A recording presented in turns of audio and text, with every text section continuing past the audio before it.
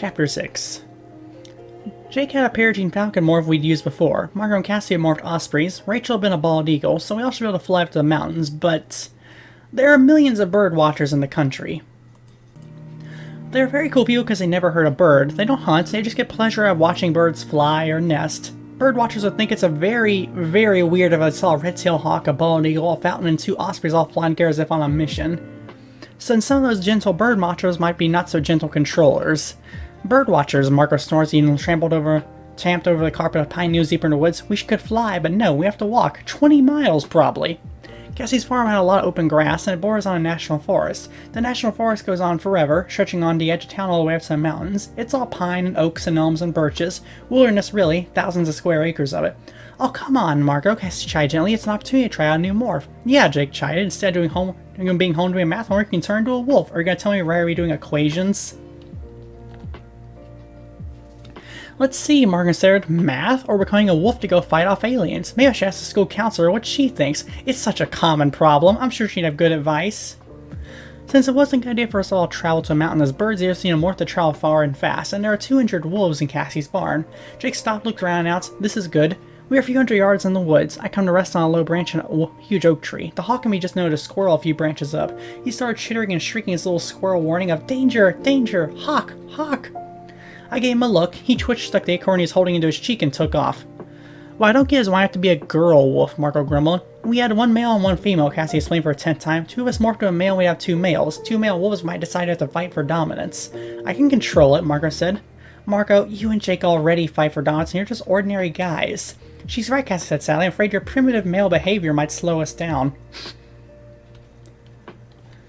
"Hey, when I morphed a gorilla, I handled that gorilla brain fine, didn't I?" "Sure, Marco," Rachel said. She batted her eyes. "But that's different. You and the gorilla are so much alike." Cassie and Rachel gave each other discreet high fives. "Very funny," Marco muttered. "We flipped a coin fair and square," Jake said. "I got to be the male, you get to be one of the females. Get over it." "Let me see that coin again," Marco said suspiciously. Jake just smiled. "Let's just do this. Cassie, you want to go first, see what it's like? We learned from hard experience that morphing can be very disturbing. Jake had morphed into a lizard and almost been overpowered by the animal's fearful brain. The same happened to Rachel when she morphed a shrew. She still had nightmares about the experience. Its fear and worse, its hunger for bugs and rotting flesh. On the other hand, Jake had morphed to a flea, and according to him, it was a big nothing, like being trapped in a very old, very bad computer game you can't see. The flea brain is too simple to make trouble. "Okay, I'll let you know." She closed her eyes and concentrated, then opened again. "Wait. Get down to my morph suit first. I won't get tangled up in my clothes." She removed everything but a leotard, kicked off her shoes, and stood barefoot in the pine needles. The first change was her hair. It went very short black to shaggy silver in a few seconds. It traveled down her head, down her neck, and over her shoulders, around her neck, and long, shaggy fur. Then her nose bulged out. I shuddered. You never get used to seeing this. It's like something straight out of a nightmare. Even though she seems to have kind of a talent for it, she's never as gross as the others. I guess that she's so close to animals. Maybe she just has a feel for it. Still, as the wolf snot began to push out her face, it was not a pleasant sight. Her ears grew furry and pointed, and then slid straight down her side of her head and almost touched the top. Her eyes went from brown-black to golden brown. All over her body, the fur replaced the bright pinks and greens of her leotard. A tail suddenly shot from behind. I could hear the grinding of her bones as they rearranged. Her upper arms shortened, her lower arms grew longer, fingers shriveled and disappeared, leaving behind only stubby black nails. There was a sickening crunch as her knees changed direction. Her legs shrank and thinned and grew fur. Suddenly she fell forward, and was no longer able to stand erect. It had taken about 2 minutes. Cassie was now a wolf. How is it?" Jake asked. Cassie jerked slightly at the sound of his voice and spun around to face him. She bared her teeth and snarled a warning when he attacks him back up. She had very impressive teeth. "Let's all stand really still," Jake said. "Good idea," Marco agreed. "Really, really still, because those are really big teeth." Everyone stood motionless. They'd all been through similar experiences. We knew what was happening. Inside the wolf's head, Cassie was fighting to gain control of its instincts. "Sorry," she said. "I have it now." "Are you sure?" Rachel said. "Yeah, it's fine. In fact, it's kind of wonderful. The sense of hearing. Whoa. And my nose. It's incredible. I've never morphed an animal with such a strong sense of smell." "And I'm glad I put on deodorant," Marco joked. "Who had bacon for breakfast?" She turned her wolf head this way and that. "Rachel? Bacon? I thought you were going to go vegetarian." Marco laughed at the guilty look on Rachel's face. "Wow, busted by Cassie the Wonder Nose." "Let's get busy," Jake said. "The 2-hour clock is ticking." One by one, they stole a glance at me. I was a handy reminder of what happens if you stay in morph for too long. Chapter 7. I was jealous. I mean, okay, if you're ready to be stuck as an animal, I think being a hawk is the coolest choice. But still, I was jealous. My friends were really enjoying being wolves. I guess it's a strange experience for them. I flew over the forest, skimming the treetops while down below they ran. They moved so fast it wasn't always easy to keep up. Not that the actual speed was so great, it's just they never stopped, never rested. They just moved at a constant 20 miles an hour, over fallen logs and between trees and under bushes. Nothing even slowed them down. Well, that's not entirely true. Two things slowed them down. One was Jake. He was the dominant male, and Wolfpack is called being an alpha, so he had a special wolf job to perform. Well, Jake, just how many times are you going to pee? Rachel demanded her fist stop. I don't know, I just have to do it a lot. What, did you drink too much soda before we left? I don't know, I just get this urge to pee. You're scent marking, Cassie explained. You're marking out territory. I am? Yes, you are. It's normal for a dominant wolf, at least that's what my wolf book said, although it's a little gross for the rest of us. The other thing slowed him down as everyone stopped once and started to howl. It was Jake who started, caught everyone by surprise, including himself. Ooh. What the? He started to say, but then he was doing it too. Ooh. And Cassie and Rachel were far behind. Ooh. I heard the yowling chorus, so I took a quick turn around a tree and headed back. What are you doing at it, man? We're in a hurry. You can only stay in more for 2 hours. Why are you howling? I don't know, he admitted sheepishly. I just felt like it would be a good idea all of a sudden. And once he started, I kind of felt like I should join in, Rachel said. I think it's a way of warning the other wolves are here so don't run into packs and get in fights, Cassie suggested, which sounded reasonable until you saw she had her head tilted back and her snout pointed to the sky and was yodeling like an idiot. So I will take just a moment to point out that, as Algie pointed out himself, there is some bad science here with the alpha male thing. As best I can tell, that's been discredited and isn't actually true, so that isn't entirely accurate. But I do know that dogs, and presumably wolves too, do pee on things a lot to mark out their territory, so that is something they do. So I assume at least one of them, or possibly all of them, would probably actually have the urge to do something along those lines. And as for the howling, I don't entirely know about that, but I do know that dogs and wolves do howl a lot as well. So I assume that's something they just have the urge to do every now and then or something. I'm not entirely sure of the specifics either. But it is very funny, and I do seem to be a bit compelled judging from some videos I saw. For instance, there are two very sleepy wolves. They're just relaxing out in the woods, and then they heard a howl far off, and one of them just tilted his head up very lazily and just howled back. He clearly was not happy about it, but he was doing it.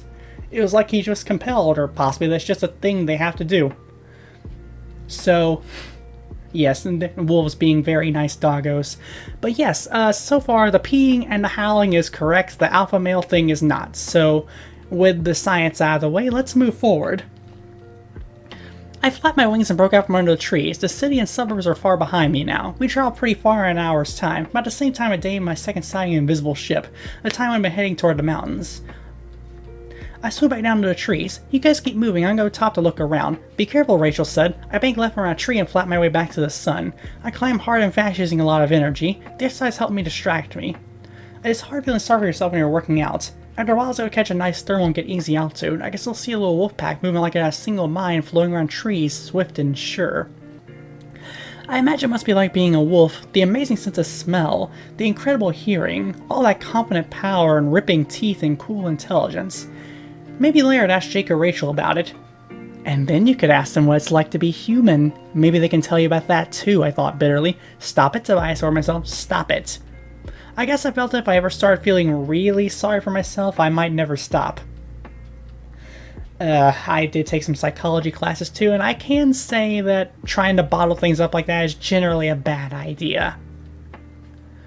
It's okay to feel sorry for yourself sometimes. It's not okay to mope in it constantly, and I get that's something he's worried about, but at the same time, if you just constantly repress how you're feeling and never confront it, then you'll never really face it head on, will you? So, that's something to keep in mind as well.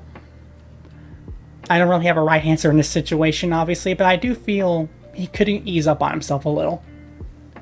Anyway, I kept a keen eye on the sky above, but it was probably too early for the ship to come, and even if it even did, there's no reason to think it was on some kind of schedule. Then down below I saw something that caught my attention. There was a convoy of trucks and jeeps moving along a narrow, sneaking dirt road, maybe 5. They had the markings of park service, but they seemed to be in a big hurry.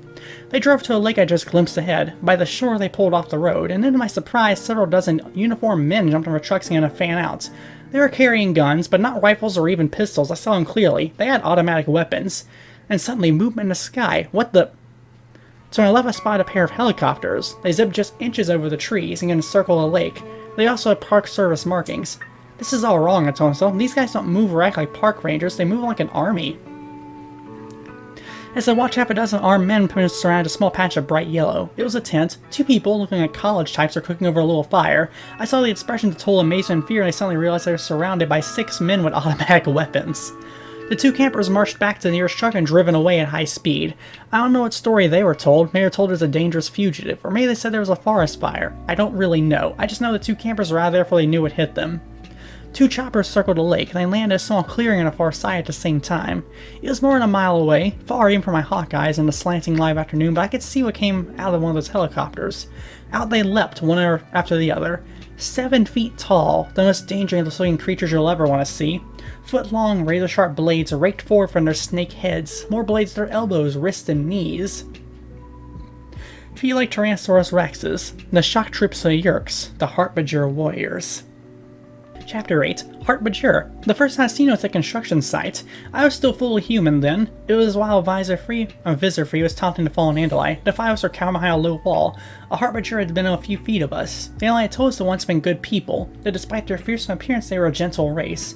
But they're all controllers now. They all carried the Yeerk slug in their brains, and they were no longer gentle. I made a sharp turn back. I had to warn the others. I passed through a group of park rangers and swooped low enough to read one man's watch. My friend's been more for more than an hour. Great, low on time and the Heartbadger here. I soon spotted the pack still trudging along resolutely, never tiring, pausing only for Jake to pee. That'll never not be funny. I dived toward them just over our heads. I pulled up suddenly. They yelped and scampered around. Jake bared his fangs. I came to rest on a decayed log. Instantly, as if on command, the air started fanning around and encircling me. The 5 were acting like a wolf pack surrounding prey. In their own way, they reminded me of Heartbadger. Hey, it's just me, relax.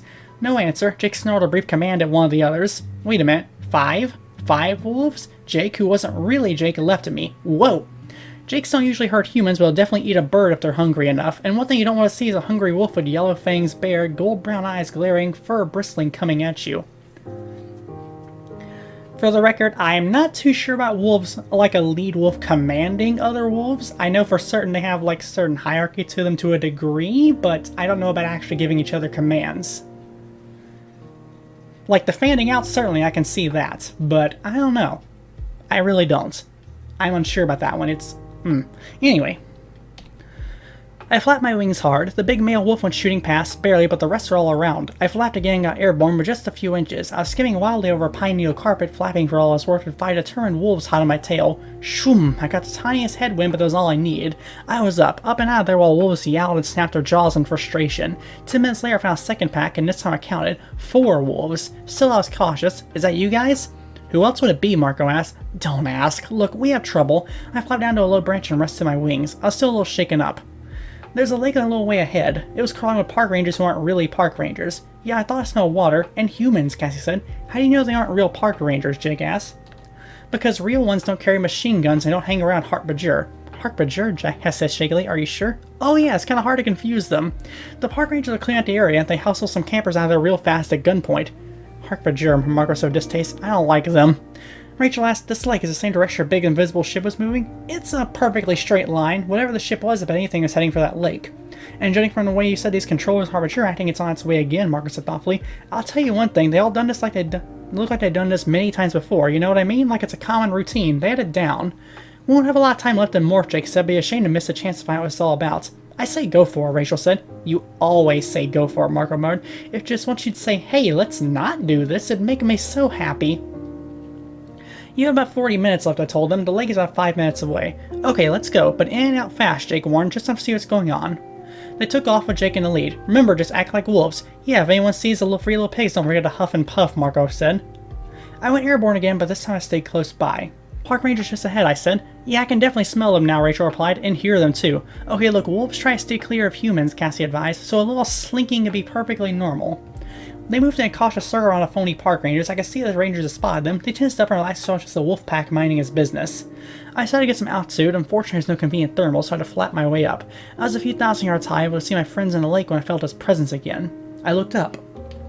The invisible wave, the slight ripple in the fabric of the sky. It was there. It was moving slowly overhead, even more than before. And then as I watched, it was invisible no more. Don't act suspicious or freak out, I called down the others, but look up. Oh my god, Rachel gasped. It's huge, Cassie cried. It was huge, but huge doesn't begin to describe it. Have you ever seen a picture of an oil tanker, or maybe an aircraft carrier? That's what I mean by huge. Compared to this, the biggest jumbo jet ever built was a toy. It was shaped like a manta ray. There was a bulging, fat portion in the middle with scooped, curvy wings, one on either side. On top of the wings are huge scoops like Aaron takes on a fire jet, but much bigger. You could suck a fleet of buses in through those. The only windows were a small bulge at the top. The bridge, I realized. Focusing I could see a shadowy shapes of Taxons inside, but mostly it was just big. Really big. It blocked out the sun, it was so big. Then suddenly out behind the ship, a pair of bugfires zipped into view. We'd seen before. They're small for spaceships. You couldn't park one in your garage, but you can land it in your front lawn. You're looking at metal cockroaches with two serrated spear-like protrusions pointing forward on either side. I have bugfires up here, called down a pair. Who cares about them? They're nothing compared to that whale. The bugfires are circling the lake. I guess they're looking for trouble. Try to like trouble, Jake advised dryly. I did my best to look at a normal, harmless hawk doing normal things, but the main ship is unbelievably intimidating. I mean, nothing that big should be floating on air. Suddenly, one of the bugfires shooting past me low and slow. I could see in the window there was the usual crew, one Harbinger and one Taxon. Taxons are a second most common type of controller. Imagine a big centipede. Now imagine it even bigger, twice as long as a man. So big around you couldn't get your arms around if you wanted to give it a hug. Not that you ever would, they're gross, disgusting creatures. Unlike Harbinger, who were enslaved against their will, they chose to turn their minds over to the parasites. They were allies of the Yeerks. I don't know why, and I probably don't want to. The bugfire shot past, not interested in me. A huge main ship sank slowly down the surface of the lake. Are you guys seeing this? It looks like it's going to land on a lake. Are we seeing it? No, we totally missed a ship the size of the Delaware was hovering in the air. Margot, of course. It's incredible, Rachel said. Incredible. You know, I hate to be a pessimist, but when I look at this thing, I got a bad feeling about our chances. 4 hounds on a bird versus a ship the size of Idaho. A minute ago it was the size of Delaware, Cassie pointed out. What's it doing here? That's what I want to know, Jake said. They reached the shore of the lake and were prowling along, looking like wolves should, but they were also glancing up at the massive ship. I was worried that some controller, human or otherwise, had noticed they were paying a little too much attention. Guys, watch how you act. The Earths are looking for animals that act weirdly. They're on the lookout for andalites who can morph. He's right, Marco agreed. Jake, start peeing on things again. Very funny. Then something started to happen. Hey, look! From the belly of the ship, a pipe began to lower into the water. Then a second one, then a third. They're like straws, I said. They're drinking. I could hear a sucking sound. Thousands, maybe millions of gallons of water being sucked into the ship. That's why it's so big, Marco said. He laughed. Well, what do you know? We discovered the Earths have a weakness. A weakness, Rachel demanded. You can look at that and talk about weakness, but I understood what Marco meant. It means they need something. Exactly. Those big scoops, I think those are for air. That's why I fly so far for the atmosphere and they come down. They're scooping up oxygen, and now they're scooping up water. It's a truck, Cassie cried. The whole ship is just a giant truck. Yeah, it carries air and water to the Yeerk mothership in orbit. I guess they need Earth to supply them. So it's not like Star Trek where they can make their own air and water. As long as they're up there in orbit, they need a planet to supply them with air and water. Well, I think it's the first hopeful sign yet. We're running out of time, Cassie reminded everyone. Time to get out of here. Okay, but everyone be cool about it, Jake advised. So we have to suffer sauntering off to kill a moose or whatever it is wolves saunter to do. They drifted back. I stay behind. I no longer had a time limit to worry about. The Yeerk ship was creating a warm updraft, so I spread my wings high and rode it up. The 2 fires were circling low and slow. On the shore all around, the bogus park rangers and a few Harbinger kept with their patrols. And then I saw her. I know to human eyes, every hawk looks pretty much alike, but I knew right away it was her, the hawk I freed from the car dealer. She too was riding a thermal 1,000 yards higher than me. Without even really thinking about it, I adjusted the angle of my wings and soared up to her. She saw me, I was sure. Hawks don't miss much when they go what's going around them. She knew I was coming toward her and she waited. It's not like we were friends. Hawks don't know what that means. They certainly didn't feel any gratitude. Hawks don't have that sort of emotion either. In fact, her mind may have had no connection at all between me and her freedom. But still, I soared up to her. I don't know why, I really don't. All we share is the same outer body. We both had wings, talons, and feathers. And suddenly, I was afraid. I was scared of her. It was insane because there I was floating with an alien spaceship so big could have turned into a mall. But it was the hawk that frightened me. Maybe not the hawk herself. Maybe it's the feeling I had rising up to meet her. The feeling of recognition. The feeling of going home. The feeling that I belonged with her. It hit me with a wave of disgust and horror. No. I was Tobias. A human being, not a bird. I banked sharply away. I was human, a boy named Tobias, a boy with blonde hair that's always a mess, a boy with human friends, human interests. But part of me kept saying, it's a lie, it's a lie. You're the hawk is you, and Tobias is dead. I plummeted toward the ground. I folded my wings back and welcomed the sheer speed. Faster, faster, and with eyes that Tobias never had, I saw the wolf pack below, and I saw the danger before them. Good thing you're so stupid and don't know to get their water from the Oort cloud. That is something they could hypothetically do, certainly. They definitely come from out of the solar system, certainly. So they could hypothetically get space resources, but the thing is, well, there's a lot more water here on Earth. It's in fact something Earth is kind of known for in terms of planets. So the way I see it, there's no particular reason for them to bother doing that if they have so many resources right there and humans aren't going to notice them. It's probably a lot easier on their resources too to do that sort of thing, so yeah. Not to mention the water's already in a form they can use, whereas if they would use the space water, they'd have to convert it into a liquid and such, I think. Flying back and forth on regular space that far takes a lot of energy? Very likely. I don't know exactly how good their space travel is. I know they have something equivalent to light speed, but I don't know if they can make a jump that short, so to speak, or can go there and back so easily. We don't know the rules yet. Like, I know they have some sort of light speed travel, but we don't know the exact rules or what they can and can't do. For instance, in Star Wars, they have hyper lanes that they travel on. You can't travel outside the hyper lanes unless you use some sort of sci-fi tech to make more of them. But the point is, it is a literal lane. You can't make detours or shortcuts or what have you. Anyway, moving on to the book itself, Chapter 10. My friends stood stock still. They were staring with deadly focus at 5 other wolves. The 2 packs had run into each other, and between them lay a dead rabbit. It was the air pack's kill. My friends had stumbled onto them, and now the 2 alpha males were locked in a deadly dominance battle. Once again, alpha males aren't a thing, but fighting over a kill sounds very wolfy. One of them was Jake, and the other was an actual wolf. Jake had human intelligence, but if it came to a fight, the other wolf had experience. He hadn't got to behead wolfmen by losing fights. I would have laughed if I could. It was ridiculous. But at least it took my mind off the female hawk, off the feeling that drew me to her, that called out to me even while the Yorkshire zipped around in a deadly dance through the air. It hit me with a shock. The time! They'd been low on time and I left the shore and started back. How much time had elapsed? I stood down low. What are you guys doing? Shut up, Tobias, we're in a situation here. Yeah, I can see that. Back away from them. I can't. If I back off, I lose. Lose what? You're not a wolf. He's a wolf. Let him be the boss wolf. You guys are way low on time. It's not that simple, I said. If he looks weak, the alpha may attack. We screwed up. We're in their territory and I think we're trying to steal their kill. Suddenly the other big male snarled and took a step forward, and Jake bared his teeth and stood further and stood his ground. Then the rabbit lay between them, only a few feet from their teeth. The fight's over the rabbit, right? No answer. Everyone's so tense they are quivering. At any second it exploded into all-out gang warfare of the wolf variety.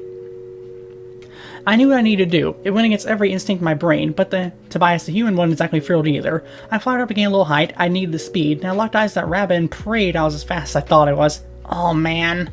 Dash shot, my talons came forward.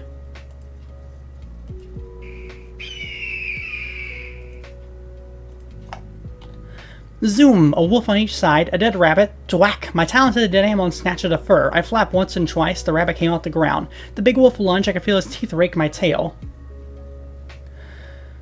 My flapper worked scooting along the ground. Half carrying, half dragging the dead rabbit with the wolf racing just inches behind me. Tobias, Rachel cried. Get out of here, I have to drop this thing, it's too heavy. Fortunately, wasn't being an idiot wolf, Jake is quick and decisive. Let's go while we can. I dropped a rabbit just as the wolf called to me. Snap. Jaws like a killer moose scissored the air a tenth an inch from me. I'm telling you, it's close enough to count for me to count as molars. I felt the tiniest bit of a breeze and it was enough. Oh, my wings let the breeze lift me up and away. Oh, that was not fun. Are you okay? I think I lost some tail feathers, I said. Tail feathers grow back. I caught up with the others and moving as fast as wolves can. Time was running short. I didn't know exactly how much. It was one of those continuing problems of morphing. Even if you could wear a watch, you wouldn't want to. A wolf or hawk with a watch looks a little suspicious. I'll see if I can get a time reading, I said. I was tired. Very tired after a long fight here and not one but 2 close calls involving wolves. The hawk and me just wanted to find a nice branch with a view of an open field and take a rest. But I knew I couldn't. I gained a little altitude, but not too much. Just enough to spot one of those park service trucks. The control was off somewhere, but there was a clock on a dashboard. I stared at the number in disbelief. It had to be wrong. It had to be.